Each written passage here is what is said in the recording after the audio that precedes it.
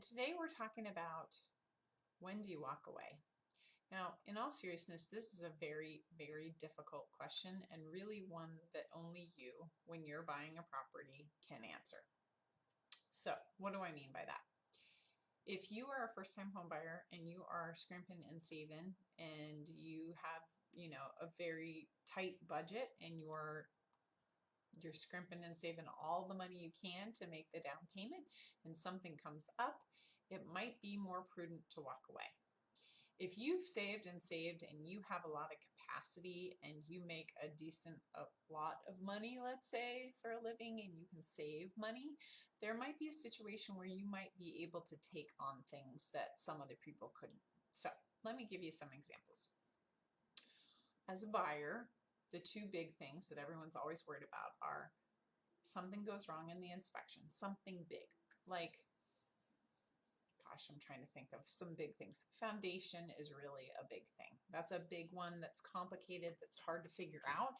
And it's also something that if we wanted work to be done on it, it takes a long time to schedule. It takes a long time to do. It can balloon from a small project to all of a sudden, oh my God, it's $150,000 worth of work.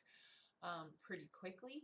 And so that might be one where you're like, no, I can't do it. But I mean, you might have a dad who's has an excavator and does foundation work for a living. So, maybe it's totally fine for you, but for a lot of people, it's not going to work out.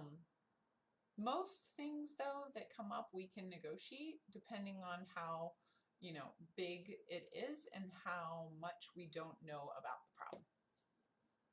Secondly, appraisal.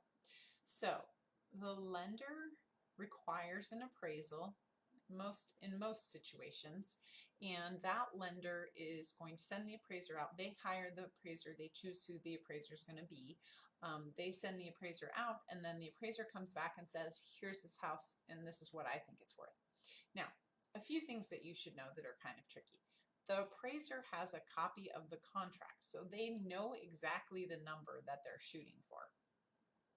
Two, they have access to the multiple listing service, which is what we have access to, and they pull all of their comparable data from the same information that I will have provided you.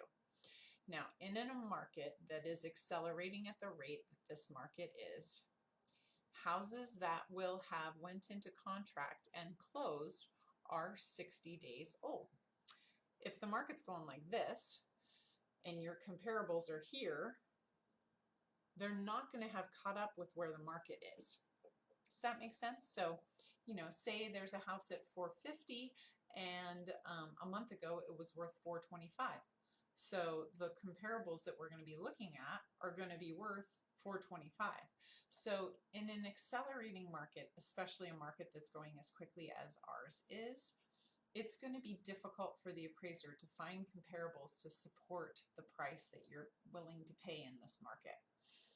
So sometimes the appraisal is going to be one that we have to walk away from, but a lot of times we can figure out a way to negotiate the loan so that you either are bringing less money down or we negotiate with the seller. So we can go back to the seller and say, hey seller, appraisal came in $50,000 low. We need to negotiate this price. And in this market, sometimes the seller will agree. Sometimes the seller will say, well, I've got somebody in backup and they're willing to come up with the extra 50 grand, so sorry.